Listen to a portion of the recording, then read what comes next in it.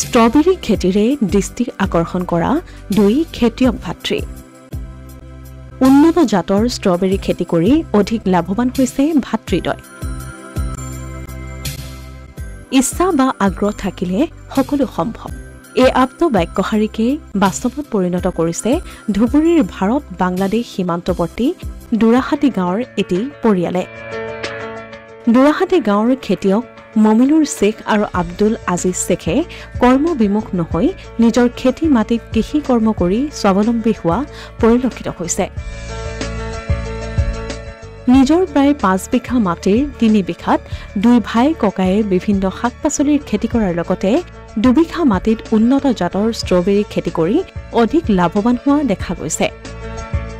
চাকৰি নাইবা বহিৰাজ্যলৈ গৈ কৰ্ম সংস্থাপনৰ বাবে দৌৰি নুফুৰি নিজৰে খেতি পথাৰখনতে ষ্ট্ৰবেৰীৰ খেতি কৰি সেই ষ্ট্ৰবেৰী এতিয়া ধুবুৰীৰ উপৰিও গৌৰীপুৰ, আলমগঞ্জ, পাণবাৰী, গোলকগঞ্জ, আগমনী আদি বিভিন্ন ঠাইৰ বজাৰসমূহত বিক্ৰী কৰা পৰিলক্ষিত হৈছে। এনেদৰে খেতি কৰিয়েই তেওঁলোকে দিছে পৰিয়াল পোহপাল। খেতিয়ক বুলি পৰিচয় দি গৌৰৱ অনুভৱ কৰে তেওঁলোকে। অলপ বেট চেট বনালোঁ, কৰাৰ পিছত সেইটো গাড়িলোঁ, গাড়াৰ পিছত মই গাড়াৰ পিছত অলপ কিছুমান পুলি মৰিছে। পইচা কম হোৱাৰ পিছত মই কৈছোঁ না আৰু কিবা অলপ মানুহ বেলেগৰ পৰা ধাৰ ল'লোঁ আৰু ধাৰ লৈ আৰু ৫,০০০ মান পুলি লৈ আহিলোঁ। ঘৰৰ পৰা অনাৰ পিছত গাড়িলোঁ, গাড়াৰ পিছত কিছুমান ফলটো হৈ গ'ল আৰু হোৱাৰ পিছত তাৰপিছত পুলিটো লোৱাৰ পিছত অলপ গাছটো অলপ ভাল হৈ আছে। মানে অলপ ভাল হোৱাৰ পিছত মনটো অলপ ভাল লাগি গ'ল। ভাল হোৱাৰ লগত পিছত মই অলপ ২ মাহ হৈ গ'ল। ২ মাহ পিছত অলপ ফল আহিছে। অলপ পিছত ফল আহি অলপ ২ বাটি ৩ বাটি ৩ পোৱা আধা কেজি ১ পোৱা এনেকৈ উঠালোঁ। এই লাহে বাঢ়ি আছে। ইপিনে ইউটিউবৰ পৰা ষ্ট্ৰবেৰীৰ খেতি কেনেদৰে কৰিব লাগে সেই বিষয়ে দুয়োজনেই জ্ঞান অৰ্জন কৰি লৈ যোৱা বৰ্ষৰ অক্টোবৰ মাহত দুই ভাই ককায়ে হিমাচল প্ৰদেশৰ উন্নত জাতৰ প্ৰায় ১৫,০০০ ষ্ট্ৰবেৰীৰ পুলি ২ বিঘা মাটিত ৰোপণ কৰিছিল।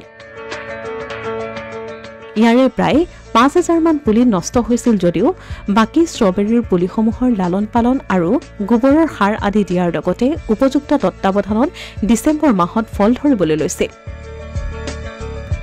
তেওঁলোকৰ ষ্ট্ৰবেৰীৰ বাগানৰ পৰা এতিয়া দৈনিক ৩০ৰ পৰা ৪০ কিলোগ্ৰাম ষ্ট্ৰবেৰী তুলি আছে।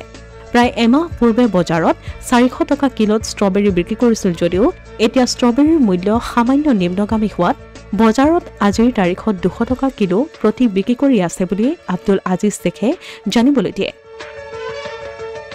আনহাতে চৰকাৰ তথা কৃষি বিভাগৰ ফালৰ পৰা এই ক্ষেত্ৰত সহায় সহযোগিতা আৰু দিহা পৰামৰ্শ পোৱাৰ আশা ব্যক্ত কৰিছে দুই খেতিয়ক ভাতৃয়ে।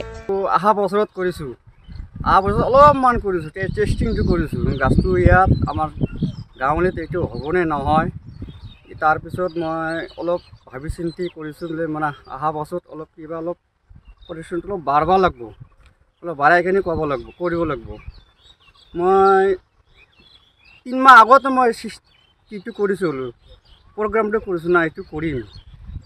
কৰাৰ পিছত মই আৰু ইউটিউবৰ পৰা অলপ চাইছোঁ বস্তুটো কোনখিনি কেনেকৈ কৰিলে ভাল হ'ব নহ'ব। ১ মাহ ২ মাহ এইটো খালি মই মোবাইলতে চাইছোঁ। চোৱাৰ পিছত মই পুলি অলপ যোগাযোগ কৰিলোঁ হিমাচল প্ৰদেশত। কিছুমান কয় ২০ টকা পৰিব, কিছুমান কয় ৭ টকা পৰিব, কিছুমান ৩ টকা পৰিব। মই পুলিটো কোন জাতটো কোনটো কেনেকৈ দাম, টিচু কালচাৰ বুলি কয়, টিচু কালচাৰটোৰ দামটো অলপ বেছি। ৰানাৰ বুলি কয়, ৰানাৰ পুলিটো এইটো অলপ দাম কম।